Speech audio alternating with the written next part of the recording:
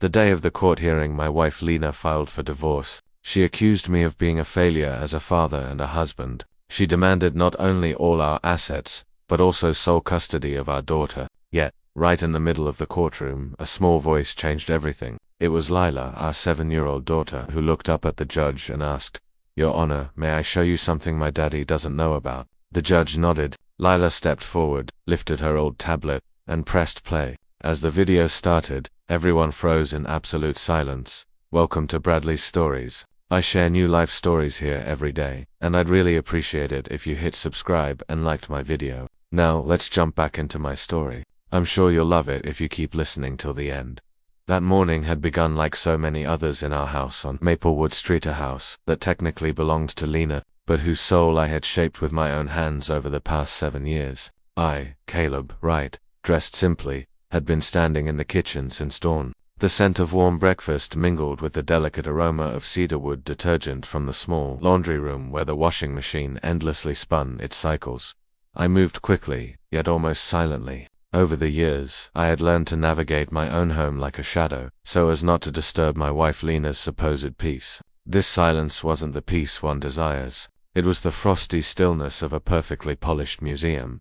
I still clearly remember the day I gave up my career as a chef for this life, a life I then saw as a conscious act of love and care. Our daughter needs a stable base, Caleb, Lena had said, her voice as clear and compelling as ever, just as she was receiving her first big promotion. Your restaurant dream was a fantasy, but this is reality. You can manage the home. You're so good at these things. My menus, my innovative recipes, which I had once crafted with the passion of an artist, ended up in a dusty box in the basement. A small, sharp ache has gnawed at my chest constantly since then, a sense of loss that I had forbidden myself from acknowledging. I had buried it beneath perfectly folded laundry and Lila's loving laughter. Punctually at 6 o'clock. She came down from the second floor. She wore an impeccable custom-tailored business suit, the fabric of which cost thousands of dollars, and carried an expensive designer bag that was updated every year. She was the embodiment of glistening and cold.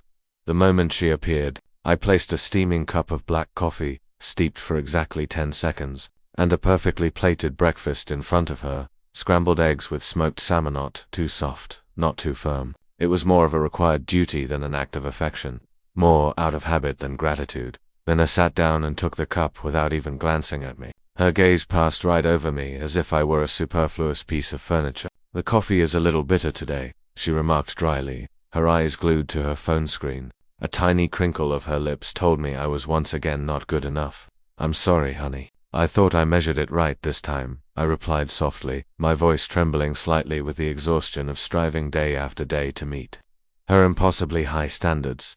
She didn't say anything else. She just pushed the plate slightly aside, ate a few bites, and continued scrolling on her phone. I stood at the edge of the table like an employee waiting for further instructions. None came. Silence, so thick and cold, hung between us that it seemed to stifle even the steam from the coffee. It was the silence that follows a war where the weapons have been laid down but the souls are not yet healed. I couldn't even recall the last time we'd laughed together over breakfast. Maybe that was 2 or 3 years ago. When her meetings and business trips grew longer and the sound of honest laughter in that house was replaced by the click of the cabinet door closing, a gnawing feeling of loneliness overcame me, a feeling as familiar as the smell of the detergent. I wasn't just her husband. I was her manager, her chef, her chauffeur, her butler. I was everything but a partner. "Is Leela awake yet?" Lena asked without taking her eyes off the phone. Her question sounded like a business necessity. "Yes, she's in the shower. She'll be down for breakfast shortly," I answered. Indeed. Minutes later, small, hurried steps could be heard on the stairs, the only honest sounds in our house. Lila, our 7-year-old daughter, rushed in, wearing her immaculate private academy uniform. Her radiant smile, a gift from God, stood in stark contrast to the lean atmosphere we had cultivated. "Good morning, Mommy and Daddy," she chirped, giving Lena a quick kiss on the cheek. And then me. My wife finally put her phone down and forced a smile for the public that was distinctly different from the one she gave me. "Good morning, princess. Eat all your breakfast. Mummy is driving you to school today." "Wow, I get to ride with Mummy," Lila exclaimed. I felt a small flicker of relief, at least in front of the child. Lena made an effort to appear loving. This brief breakfast was the only moment we had as a family. a fragile bridge over the deep chasm separating us. That's as Leela finished eating. Lena instantly stood up, grabbed her keys and bag, gave the child a quick kiss, and hurried toward the door. As almost always, she walked past me without seeing me, without acknowledging me. No thank you, no goodbye, not even a look of farewell. Only the slam of the door and the sound of the car driving away left the house in an immense, oppressive silence that now seemed doubly loud.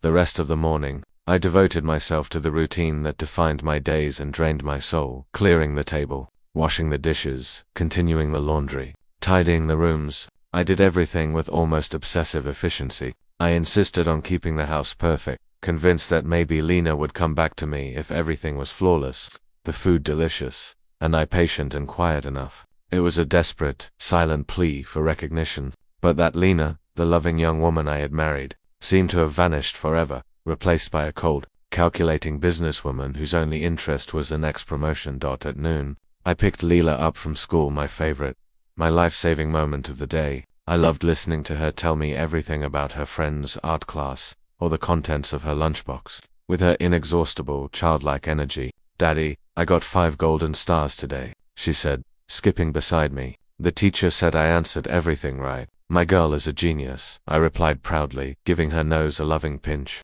In these moments, I wasn't the failed husband, but simply Lila's daddy, the best daddy in the world, the only person who still looked at me with untainted love. A few weeks before this fateful day, I had run into Thomas Sterling, an old culinary school friend who was now a famous restaurant owner. I had seen him at a cafe downtown. He came straight toward me. "Caleb, my God, you look like you've seen a ghost," Thomas had said, holding me in a firm hug that almost brought me to tears. "Thomas," I whispered, I'm just surprised. What are you doing here?" "I'm opening a new bistro." "And you, what are you doing?" "I thought you were about to change the culinary landscape." I smiled sadly. "I changed. I'm a stay-at-home dad."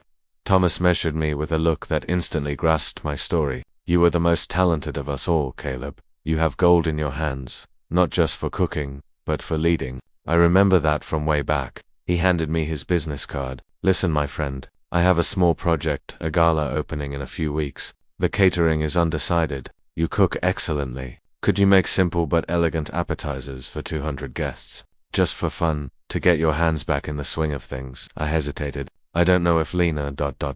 Lena has nothing to do with this, Caleb," Thomas had said sternly. "This is your life. If you love food, do it. Start living again." That encounter was a small crack in the wall of apathy that surrounded me. I allowed myself to see cooking as art, not a chore. I prepared a few small samples for Thomas secretly in the perfectly organized kitchen, and the feedback was enthusiastic. These secret culinary escapades were my only spark of hope. When Lila and I arrived home that day, the day the divorce was filed, and I was helping her take off her shoes in the foyer, I heard the sound of a small delivery truck stopping outside. A uniformed courier called my name. "Mr. Caleb, right? A package for you." I frowned. I hadn't ordered anything. No materials for my secret cooking projects. I went to the door and took a thick brown envelope with no return address. Only the logo of a law firm I didn't know in the corner. My heart began to beat irregularly and heavily. A premonition, cold and heavy as lead, dropped into my stomach.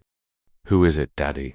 asked Leela, who had followed me. "I don't know, Princess. Probably advertising. Go get changed, then we'll eat," I replied, trying to sound calm. When she had gone to her room, I sat down with the envelope in my hands on the cream-colored spotless sofa in the living room. My hands were shaking slightly as I opened it. Inside was a stack of documents. I read the first line on the top sheet, and my breath caught. "Petition for dissolution of marriage." My world stood still. My ears were ringing. The perfectly tidy house seemed to spin around me. I read again, as if my eyes were deceiving me. "Petitioner Lena. Respondent Caleb. Grounds. The husband has completely failed in the fulfillment of his marital duties." I felt a lump in my stomach, more bitter than the coffee I served Lena every morning. Failed. I had dedicated my entire life to this house. I had given up my career at her request. I took care of Lilo every meal, every outing, every piece of homework. I kept everything in order. How could she claim I had failed? When did my sacrifice become a failure in her eyes?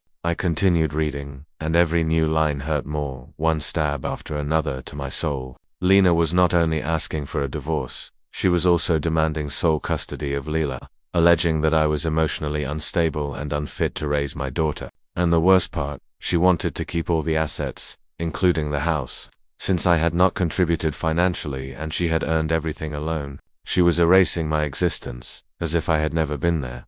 I sank onto the cold hardwood floor. The papers were scattered around me like the debris of my life. It suddenly became clear to me why she had been so cold in recent months. It was all part of a deliberate, cold-blooded plan. I felt an old, long-suppressed resentment stirring in me. I had sacrificed my love. She was now going to complete my destruction. Just then, the door opened. Lena had returned earlier than usual. She looked at me for a moment, sitting on the floor surrounded by papers. Then she closed the door quietly and stepped leisurely forward. Her face showed neither guilt nor surprise, only a calculated coldness, an almost clinical indifference. What does this mean, Lena?" I asked with a broken, hoarse voice. She calmly slipped off her expensive shoes, stepped closer, leaned down slightly to look at the cover of the complaint, and shrugged. The indifference was a weapon sharper than any word. "It means exactly what you read. I don't want to live with you anymore, Caleb. You failed as a husband and as a father." "Failed?" I repeated in disbelief, almost shouting. "I took care of this house and Lila. I gave up my career. I gave up everything for you." All my inner being trembled. I had traded my soul for her, and she called it a failure. "Took care of it," she scoffed. "All you do is spend my money and wait around. Lila needs a better father, someone competent, someone with power, not a failure who can only cook and cry. I'm the only one who can ensure she has a decent life." I stood up, my knees shaking. "But the house, our things, Lila. You can't take her away from me." I began to scream, on the verge of hysteria. I knew I was behaving exactly as she wanted, but I couldn't control it. Lena crouched down a bit to look me in the eye, and I saw a hatred I had never noticed in her before, a cold, pure hatred that shocked me. The truth of my isolation hit me in the face. "Yes, I can," she whispered, her voice sounding sweet but poisonous. "And I will. My attorney has already prepared all the evidence. You will be left with nothing, Caleb. You will walk out of this house without a single dollar." She stood up, adjusted her suit, and looked toward the stairs to make sure Lila wasn't listening. I noticed that her blouse smelled not only of her expensive perfume but also of an intense, woody masculine scent that I hadn't noticed that morning. Her infidelity was now a physical presence in the room. "And prepare yourself for something else," she added with an icy smile. "My lawyer says even your own daughter will testify in court about what a bad father you are." I was stunned. Lena didn't just want a divorce. She wanted to destroy me as a person and as a father. The scheming coldness of the plan was overwhelming.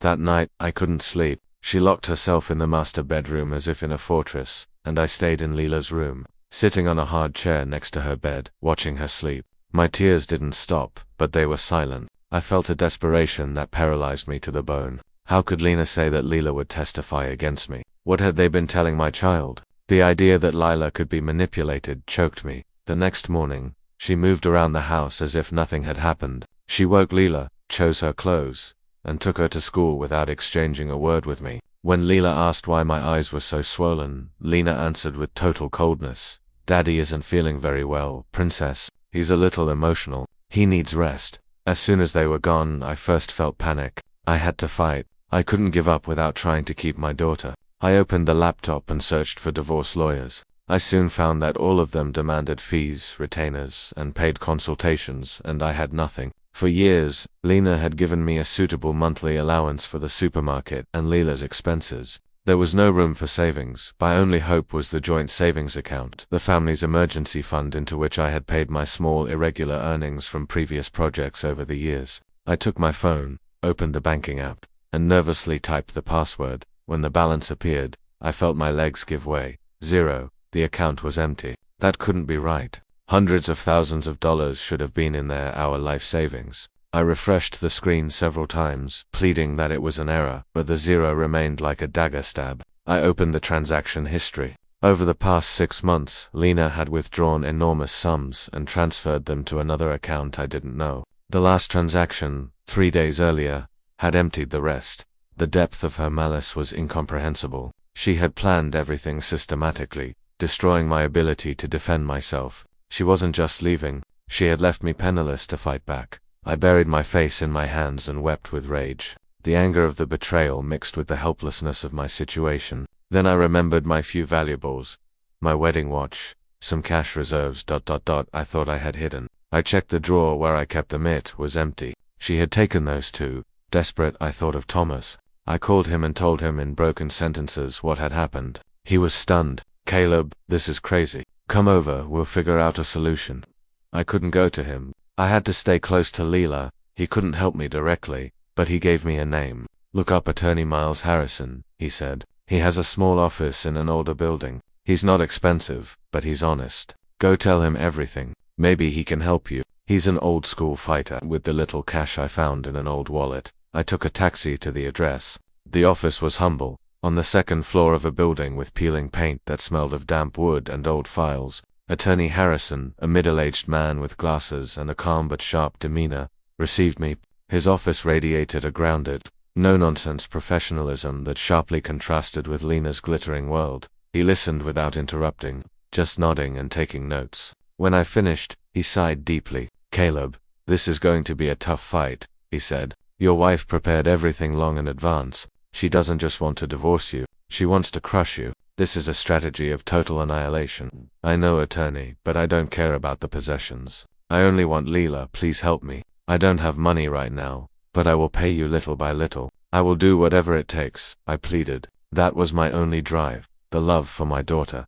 He looked at me for several seconds. He saw my tears, my desperation, but also the resolve in my eyes. "Let's leave the money for later. The most urgent thing is to respond to this complaint immediately. It's already filed. We're working against the clock." He asked me to wait, went out, and came back with a folder full of photocopies. They were the documents filed by Lena's lawyer, Attorney Dalton Reed. "Reed is known for being aggressive and using very dirty tactics," Harrison explained. "Let's see what evidence he has." He opened the folder. The first page was a series of photos, the interior of my house, dirty dishes piled up, the living room a mess with toys scattered around, and dirty laundry overflowing the basket.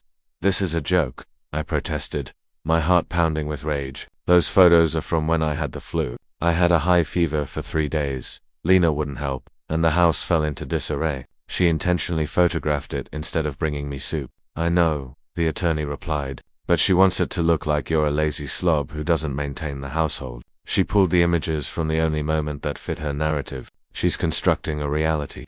We flipped to the next pages, credit card statements in my name with purchases of luxury watches, expensive clothes, dinners at restaurants I had never set foot in. "This isn't mine. I didn't buy any of this," I said, outraged. My anger turned into cold, burning resentment. "The card was in your name, but she had it." He asked. "Yes, she said I should use it if I needed it, but in reality she always kept it in her purse. Sometimes she said her main card was maxed out from business expenses." I felt the ground shifting. Everything had been a perfect ambush. A web she had patiently spun while I was folding t-shirts. Then the attorney paused at a thick report. "And this is the most delicate thing, Caleb," he said. "It's an expert witness report. A child psychologist, Dr. Brandon Gates." I took the document. It stated that this professional, Dr. Brandon Gates, had conducted covert observations of my interactions with Leela, with a coldness that made me shiver. He described me as an emotionally unstable father, who projected his problems onto the child and endangered her psychological health. He recommended exclusive custody for Lena. That makes no sense. When were these observations made? I have never spoken with a psychologist, I stammered. According to the report, they took place in public places, the park, the mall, the school gate. The lawyer explained. "It's insane. Leela is always happy with me. This is defamation." "Who is this Dr. Gates?" Harrison checked the cover page. "He is licensed. He has a practice. His records are impeccable. Either he is real and has been bought off, or someone constructed his identity very well," he said. The thought of living under the same roof as the person who had orchestrated my destruction became a silent hell. I was a prisoner in my own house, which had turned into a frozen battlefield. Lena didn't leave the house. She just moved to the guest room to maintain a demonstrative distance.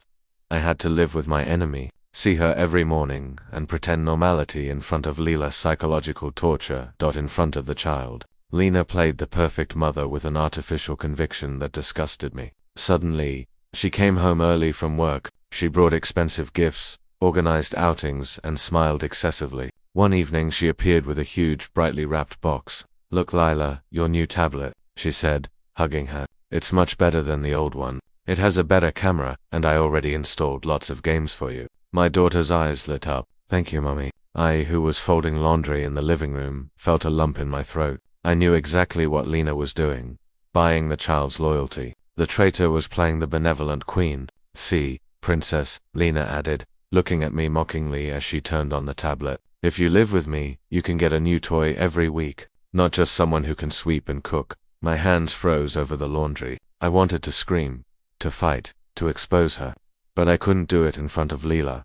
Any strong reaction would reinforce her claim that I was unstable. So I swallowed and silently continued folding t-shirts while her venom filled the room. From then on, the torture was daily. When I prepared dinner, she tasted the food and said in front of Leela, "Honey, it's a little too salty again. Never mind, tomorrow we'll order something delicious. Daddy just isn't Michelin star level." When I sat down to help Leela with homework, she pushed herself in between. "Let me do that. Daddy explains everything so confusingly. You'll just get mixed up." Gradually, I felt smaller and more invisible in my own home. I began to doubt myself. Did I really cook badly? Did I really explain things poorly to my daughter? Lena knew how to turn my regret and insecurity into a weapon against me. Leela, caught in the middle, showed signs of confusion and great inner loneliness. She sought my closeness to hug me, but at the same time, she enjoyed her mother's gifts. Sometimes she clung tightly to me, seeking protection. But other times she seemed distant, especially after Lena had whispered something in her ear. One night, unable to sleep, I went into Leela's room to check on her. I opened the door slowly. She was fast asleep. The room smelled of kids' perfume and the old, familiar scent of her beloved stuffed animal. On the desk lay the new tablet. But as I got closer to cover her up, I saw something strange. Lila's hand was tightly gripping something hidden under the pillow. It wasn't a stuffed animal. I leaned forward carefully, and my heart skipped a beat. It was her old, cheap tablet, the screen cracked in one corner, the same one I had always told her to be careful with. Why was she still keeping it hidden there when she had a new, shiny one on the desk? I didn't understand. I thought it was just childlike attachment to an old object. I didn't know that this broken tablet held a secret that could change everything. I only felt my daughter's secret affection for something that came from me, and that gave me a little comfort. I returned to my room with a confused mind. The climax came a few days later. Amidst an unexpected downpour, that afternoon I was waiting for Leela at the school exit. I had promised to bake her favorite chocolate cake, but an hour after school let out, she didn't come out. I called the school, and they told me her mother had picked her up. My stomach dropped. Lena hadn't told me anything. I called her several times, but she didn't answer. 2 hours passed, then 3. Dusk broke. I paced the living room on the verge of madness, my eyes burning. The anxiety for my child was the worst pain. That it wasn't until 9 o'clock that evening that I heard the car in the driveway. Lila came in laughing, with a bag full of souvenirs from Funland Park. She looked happy but also exhausted. Behind her came Lena with a triumphant smile. "Where were you? Why did you take Leela without telling me?" "I was worried sick," I screamed, my voice full of rage and tears. "Mummy took me to Funland Park, Daddy." "Oh, it was super," Leela shouted before Lena could answer. "So what? I'm her mother. I have the right to take my daughter whenever I want. Besides, you don't do anything here anyway but worry. You could have at least informed me," I insisted. "Why? So you could ruin our fun with your dramas. You're too sensitive, Caleb. That's the problem." That's when I noticed it again, an intense masculine perfume on Lena's sweater. It smelled of cedar wood and musk, expensive and dominant. It was neither mine nor one I knew. It smelled of betrayal. "Lena, you ... I began. She followed my gaze, realized it, and smiled. She waited until Lila had rushed to her room with her new toys and then stepped in front of me. She spoke in a poisonous whisper, her eyes flashing with contempt. "Did you really think I would live forever with a boring stay-at-home dad like you? A man who only dusts and cooks? There are real, successful men who know how to master life. You are nothing compared to him. Absolutely nothing." "Who is it?" I asked, feeling the air leave my lungs. "That's none of your business. He's a brilliant man, a real professional, a doer, not someone who washes dishes all day."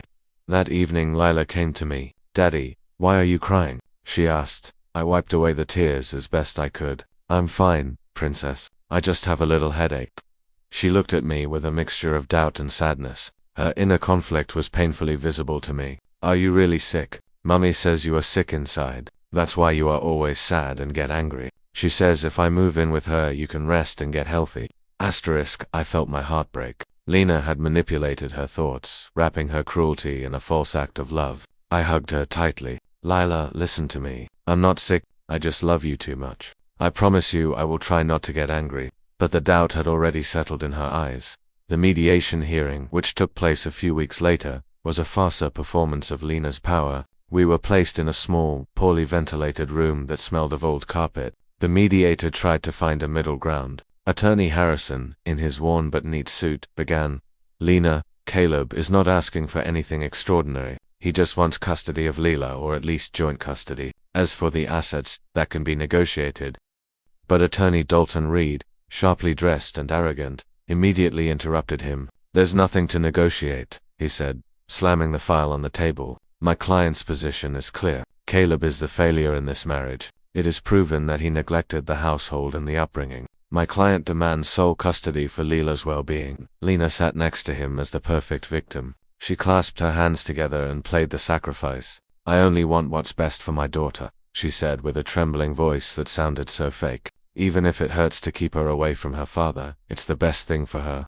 I was trembling with rage. The greed beneath that mask of motherhood was sickening. "If you insist, we will go to trial," Reed added, "and all the evidence we have will make him look ridiculous. The photos, the bank statements, the expert witness report. My client is being generous by offering him to leave the house without a counterclaim, but without the child."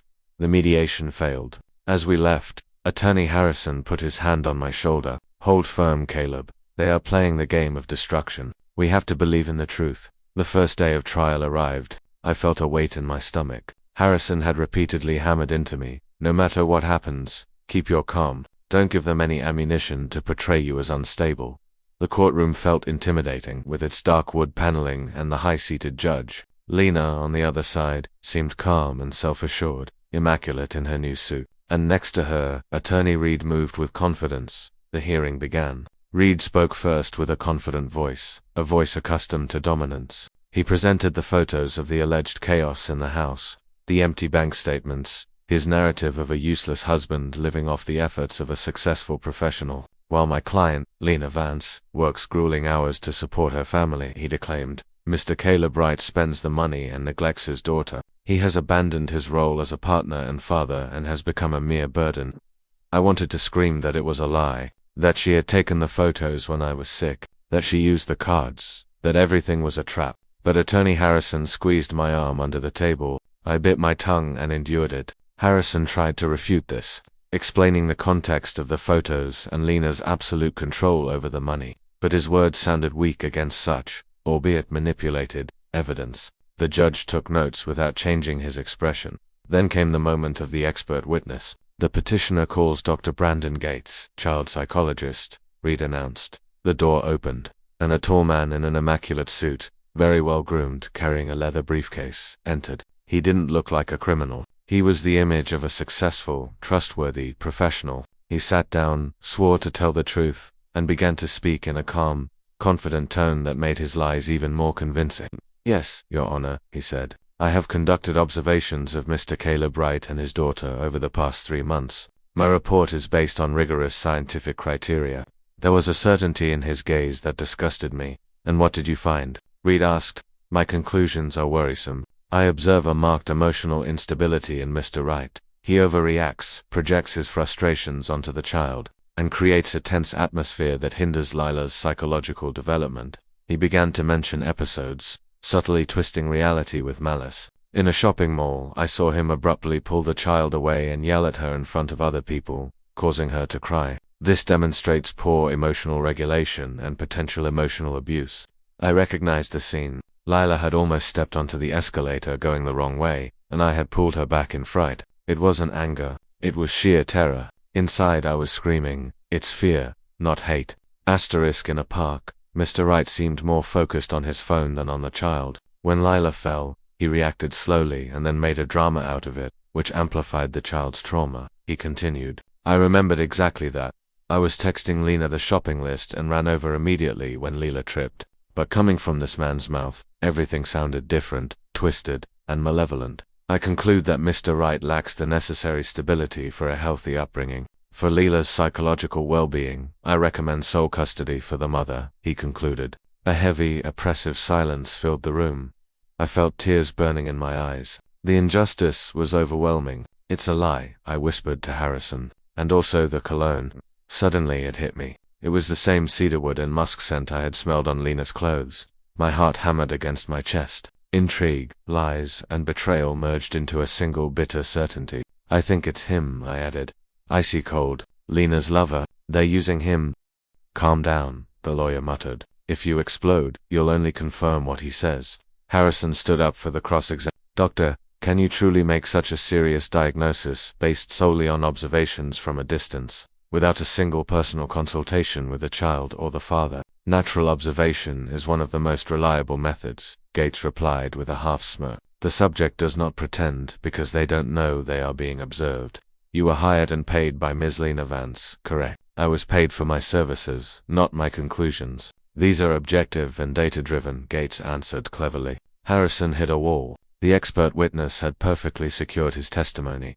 The judge recessed the session. I left the room completely destroyed. In the hallway, I saw Lena and Gates exchanging an overly intimate, barely concealed glance, a mixture of greed and complicity. I was certain they were more than just client and professional. I felt the cold wind of vengeance rising within me, an emotion I had never known before. At the next hearing, it was my turn to testify. I took the stand, swore to tell the truth, and Attorney Harrison guided me with gentle questions. I spoke about my life as a stay-at-home dad, how I had given up my work to care for Leela, about my routine from dawn until night. Regarding the photos, he asked, can you explain the context to the court? Yes, I answered. Those photos were taken by Lena when I had a high fever. I was sick for 3 days and could barely get out of bed. I asked her for help with the house, but she refused. Everything piled up. I didn't have the strength to clean up, and instead of helping, she took photos. It was a calculated act of defamation. Then I explained about the credit cards, how she managed them, how I knew nothing about the withdrawals. Some people in the audience murmured sympathetically. The judge remained expressionless. That when Attorney Dalton Reed's turn came, he approached the stand with a poisonous smile. So, Mr. Caleb Wright, he began, are you suggesting that your wife, the woman who finances you, planned a movie-like conspiracy just to ruin you and leave you behind in this beautiful house? I didn't say that. I told you what happened, I replied, but that's how it sounds. She works, and you are the perfect victim. Nothing is your fault. Are you perfect? He mocked. No, I'm not perfect, but I'm not a failure either. I gave Leela my time and my love. You claim you were sick when the photos were taken. Do you have a medical report to prove it? He insisted. I wasn't hospitalized. I took medication at home. I take care of myself. So there is no proof. Your word against very clear pictures. And regarding the cards, did you ever notify the bank or claim misuse? No, I admitted. I trusted my wife. I thought we were a team. Exactly, he concluded. A blind trust that you now want to turn into an excuse. He returned to his table holding up an enlarged photograph. When I saw it, my blood ran cold. It was me, weeks earlier, in our bedroom, disheveled, weeping, screaming, out of control. Explain this picture to us, Mr. Wright, he said triumphantly. Isn't this the perfect evidence of what Dr. Gates described, an unstable, hysterical man? Is that the face of a capable father? Describe your emotional instability to the court. At that moment I started to tremble. That night, Lena arrived drunk. I managed to say, she told me I was a parasite, a failure, that Leela would be better off without me. She insulted me for hours until I exploded. I was desperate. So you admit, you yelled, lost control, and behaved hysterically. Reed interrupted, exactly what the expert witness describes. No, I shouted, standing up. She intentionally provoked me and secretly recorded me. She is a silence. The judge thundered, banging his gavel. Calm yourself, or I will have you removed from the room. I sank onto the seat, sobbing, aware that I had done exactly what they wanted, portrayed myself as an uncontrolled man. The judge slowly shook his head. The defeat was complete. That session ended in an almost total defeat. As we left, I could barely say to Attorney Harrison, "It's over, Mr. Harrison. I've already lost everything." The night was endless. I knew the verdict would be read the next morning. I went through an hour of the deepest despair. In the silence of the guest bathroom, I thought about running away, leaving everything behind, disappearing into anonymity. But the idea of abandoning Leela was worse than death. My decision to be reborn was made that night of anguish. I would never give up Leela. I went to Leela's room. She was sleeping peacefully. Lena wasn't there. She was probably celebrating her victory with Gates. I sat on the edge of the bed and stroked my daughter's hair, crying in silence. At some point Leela opened her eyes. "Daddy," she murmured. Go back to sleep, princess, I whispered, hugging her tightly. No matter what happens tomorrow, I want you to know that I will always love you with all my heart. Your love is my salvation. She wrapped her little arms around my neck. I love you too, Daddy. As I stood up, I saw it again, the old tablet peeking out from under the pillow. Lila held onto it even in her sleep, like a lucky charm. I didn't have the strength to ask her anything. I kissed her forehead and left, ready to face what I believed was the end of my life as a father. On the morning of the verdict, the room felt even colder. I sat with stiff shoulders and swollen eyes from lack of sleep. Next to me, Attorney Harrison wore a somber expression. On the other side, Lena looked radiant in a new suit, occasionally leaning over to whisper something with a half smile. In the gallery, I saw Dr. Gates sitting with calculated elegance, his eyes twinkling with expected triumph. The judge entered, and everyone stood. Today is the reading of the verdict, he said after sitting down. But first, the parties present their closing arguments. Attorney Dalton Reed spoke first, summarizing his alleged victory. The photos, the accounts, the psychologist's report. He painted Lena as a sacrificing mother and me as a burden. The child must live in a stable environment, not with a man suffering from emotional instability, he concluded triumphantly. Then it was Attorney Harrison's turn. Your Honor, he began, his voice calm but penetrating. What we have seen here is not justice, but the meticulous attempt to destroy a man's reputation. Photos taken out of context, accounts manipulated by the person who controlled the money, an expert report based on isolated scenes and potentially motivated by something other than the love of truth. He looked at Lena and Gates. We are not protecting a child here. We are witnessing a greedy wife trying to banish the father from her child's life to keep everything. Caleb is not perfect, but he is a good father. He dedicated himself to Leela. He gave up his career for her. I ask you not to allow such a well-spun intrigue to destroy that bond.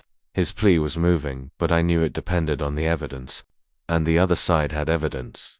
The judge cleared his throat, opened the file, and began, after reviewing the documentation, hearing the testimony, and evaluating the evidence presented, this court finds that the petitioner has presented significant evidence. I felt my chest tighten. My gaze fell to the floor. Double quotes, ... The photos show a clear neglect of the household. The financial evidence proves an unbalanced use of credit cards in the respondent's name, and above all, the report by Dr. Gates and Mr. Wright's behavior in this courtroom reveal a worrisome emotional instability. I saw Lena smile. Gates straightened up, ready to savor the victory. The judge took a deep breath. Considering the well-being of the minor Leela, this court rules ... Stop. A small voice pierced the air. Everyone turned around. In the slightly open door stood Leela in her school uniform, her small body seeming fragile, but her eyes were clear. She held the old tablet tightly against her chest. Lila, what are you doing here? Get out immediately, Lena shouted, beside herself, her facade crumbling. Bailiff, how can a child be allowed in here? This is a disruption of order, Reed protested. But my daughter did not move. She walked step by step down the center aisle, looking neither at me nor her mother. Her gaze was fixed on the judge.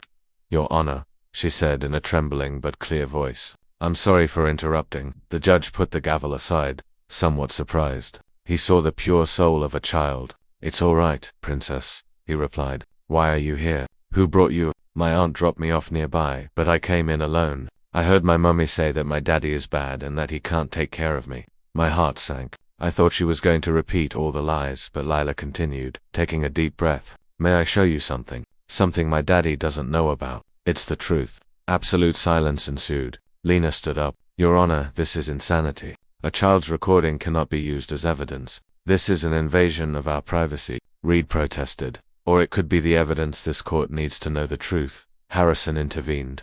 Enough, both of you, the judge commanded, banging the gavel. Mr. Secretary, help the child connect that device to the monitors. Lena screamed, pale as a sheet. I object. This is a trap. It is not allowed. Your objection is noted. Sit down, the judge retorted sternly. The clerk approached Leela and carefully took the old, cracked tablet. He connected it with a cable to the monitors in the room. After a few seconds, the device's menu appeared. Lila pointed to a video file. This one, she said.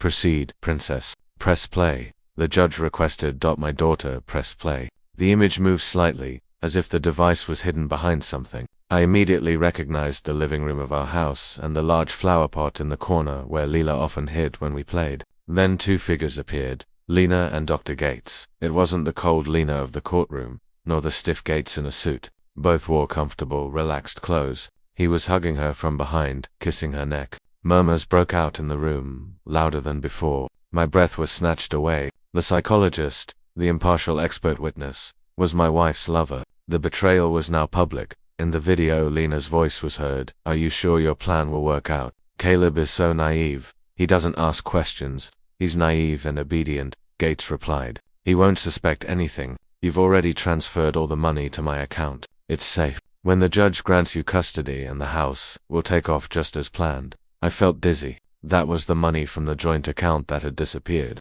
"And Lila is very attached to him?" Gates asked with a hint of concern in his voice. "Oh, she's a child. She just needs a new tablet and some fun outings. She'll get used to it. Besides, with the report you created, the judge will think he's crazy. No one will believe him if he explodes," Lena replied, laughing a cold, calculating laugh. "And if Caleb's attorney tries to attack me?" Gates asked in the video. "Don't worry," she answered. "I planned everything. I'll provoke him until he explodes. I already recorded him crying and yelling. If he makes a scene in court, your report will fit perfectly. His own emotional instability will take custody away from him." Each sentence was a harder blow, but I felt no pain anymore, only cold, pure vengeance. The video ended with the two of them toasting, laughing as if celebrating a business deal. When the screen went black, no one spoke. The judge had a face flushed with anger. Lena seemed paralyzed, not knowing where to look. Gates was pale as a sheet, glued to the chair. "Miss Lena Vance," the judge said, in an icy, thundering voice. "This video was recorded in your living room by your daughter. Do you still intend to claim everything is a misunderstanding?" Lena opened her mouth, but only a thin voice came out. He manipulated me. It was his idea. He forced me." She stammered, pointing at Gates. "Liar," he shouted from the gallery. "You were the one who suggested taking custody away from him. You asked me for the report. You said Caleb wouldn't dare to fight. You are a money-hungry ... Silence, both of you," the judge commanded, banging the gavel. "Your confessions are already on record." Then he looked at Reed, his gaze a judgment in itself. "Attorney Dalton Reed, you presented this evidence and this report as the absolute truth and deliberately provoked the witness to fit a false narrative. The ethics committee will handle your licensure. But I tell you in advance that your conduct has been shameful, and your career ends here." Reed lowered his head in defeat. The judge took Lena's divorce petition and literally began tearing out the pages. A symbolic act of destroying her lie. The accusation that the respondent neglected the household, false. "The photos were part of a defamation strategy," he said, dropping a page on the floor. "The accusation that he was false. You yourself admitted in the video to having transferred the money to another account." Another sheet fell to the floor. "The accusation of emotional instability, constructed through a purchased expert report and a provoked scene, false. Your entire complaint is legal garbage based on lies, adultery, and manipulation. This court dismisses the divorce petition filed by Ms. Lena Vance in its entirety," he declared, banging the gavel. He turned to me and Attorney Harrison. "Now it is the victim's turn," he said. "Mr. Caleb Wright, this court suggests you file your own divorce petition if you wish. The evidence speaks for itself." I remained speechless for a few seconds. I looked at Lena slumped in her chair. "Yes, Your Honor," I finally replied, my voice trembling but firm. "I wish to divorce her on the grounds of adultery and fraud." The court grants the divorce petition of Mr. Caleb Wright on the grounds of adultery and fraud by the wife. Sole custody of the minor Lila is granted to the father, he announced. Justice prevailed. I felt my legs shaking. Lila smiled from her spot next to the clerk. The judge was not finished. Furthermore, all assets in the name of Ms. Lena Vance and Dr. Brandon Gates are frozen. An investigation will be opened to trace the money transferred from the joint account. The house they lived in transfers to the sole ownership of Mr. Wright and Lila, and in restitution, the court orders a substantial compensatory payment from Ms. Vance to Mr. Wright, as his career was terminated due to her demand. And finally, he added in a loud voice, based on the evidence from the video and the confessions just heard, I order the immediate arrest of Ms. Lena Vance and Dr. Brandon Gates for conspiracy to commit fraud, perjury, and manipulation of evidence before this court. Remove them. The bailiffs placed handcuffs on Lena. The woman who had entered that morning, elegant and haughty, walked out in handcuffs with a lost look, her eyes full of despair. Gates was also arrested, his face distorted, without a trace of his professional demeanor. I still stood paralyzed, trying to grasp what had just happened. Attorney Harrison looked at me with a wide smile. "We won, Caleb. We won. Your daughter is a hero." But the true victory was only a few steps away from me. Leela ran into the middle of the room. I struggled to stand up and knelt down to hug her. I pressed her against me with all my strength, as if afraid she would disappear. I cried, but for the first time in a long time, they were tears of relief, of liberation. She wrapped her little arms around my neck. "I love you, Daddy," she whispered. "I love you too, Princess. Thank you for saving me." "Thank you for your courage," I replied with a broken voice. The news spread like wildfire. The media reported on the stay-at-home dad saved by his daughter's broken tablet. For weeks, our faces were on the front pages. The greedy wife, the corrupt psychologist, the unscrupulous lawyer, and the 7-year-old girl who revealed the whole truth. The first few months after the verdict were confusing. Attorney Harrison took care of almost everything. By order of the judge, Lena and Gates's assets were frozen. The investigation showed that Lena had transferred almost $1 million to the psychologist's account in the last year. That money was recovered and deposited into a new account in my name. The large, cold house, full of bad memories, officially passed into the possession of Lila and me. But I couldn't stand being there anymore. Every room had a shadow of Lena, every corner reminded me of a humiliation. Following Harrison's advice and Thomas's encouragement to start fresh, I decided to sell it. The money, along with the recovered amount and the compensation, was enough to start a truly new life. This was no longer vengeance. It was rebirth. The punishment for the guilty was swift. With that evidence, the criminal court had no doubts. Lena was sentenced to several years in prison for fraud, theft, and perjury. Dr. Gates also received a long prison sentence, and the psychology board permanently revoked his license. Attorney Dalton Reed was disbarred and faced charges of his own. Suddenly, the weight that had been pressing on my chest for so long began to disappear. 3 months after the verdict, no one who saw us at the park we visited every afternoon would have guessed what we had gone through. Leela ran happily among the swings, and I watched her from a bench with a peace I thought I would never feel again. The air smelled of fresh-cut grass and freedom. We had moved into a modest 3-bedroom apartment that was bright and cozy. The walls were covered with photos of us. Lila at school, Lila with chocolate cake, Lila holding my hand. The house smelled of home-cooked food, spices, and love. I had turned my talent into a small prepared meal business, just as Thomas had suggested. My first big order had been the gala opening of his new studio. People in the neighborhood started ordering stews, desserts, and complete menus from me. Lena had always despised my way of cooking, and carrying had become our livelihood. I worked hard and was tired at the end of the day, but it was a happy fatigue. I was no longer dependent on anyone, no longer needed to ask anyone for permission. My true worth wasn't in a suit, but in the hands that nourished Leela and built her a home. One afternoon, Lila ran up to the bench where I was sitting. Her hands were full of dirt, and she had a huge smile. "Daddy, look, the flowers are about to come out," she said, showing me a few small shoots she had just planted. I smiled and ruffled her hair. "Of course, if you take care of them, everything grows beautifully," I replied. We sat in silence for a while, watching the other children play. There was one question that had been on my tongue for weeks, since the day of the verdict. Lila, who finally said, "May I ask you something?" "Yes, Daddy?" she answered, looking at me with her pure, honest, childlike love. "The video... Why did you record it? Why did you turn on that old tablet that night?" She thought for a moment. "Because I didn't like Uncle Brandon," she answered simply. "He pretended to be nice. He smiled when you were there, but when you were gone, he said ugly things about you too, Mummy. And at the mall, when you went to the restroom, I heard him say you were taking too long, that you were lazy. And at the park, too," she continued, frowning. "He saw you, but he told Mummy you weren't looking at me and that I was alone, and that wasn't true. You were looking at me." I knew they were telling lies. I was surprised at how observant she had been. She had been my silent witness. "And, night of the video?" I asked. "Why did you record that exact thing?" "Because I wanted to show you my drawing, and I went downstairs," she explained. "I saw Mummy come in with him and hug him. I got scared and hid behind the flower pot. I remembered you told me that when someone does bad things, you have to have proof. I had the old tablet with me, and I recorded it. I knew they were planning bad things." I felt a lump in my throat. I couldn't remember when I had said something like that, but she had. It was a deeply ingrained value I had taught her. And why didn't you show it to me earlier? I asked gently. Because I heard Mummy tell Brandon that you would never find out. She said you were dumb, Leela answered, looking down. I thought it was too big of a secret. I was afraid she would get angry if you knew. I was afraid you would get sad again. I hugged her tenderly.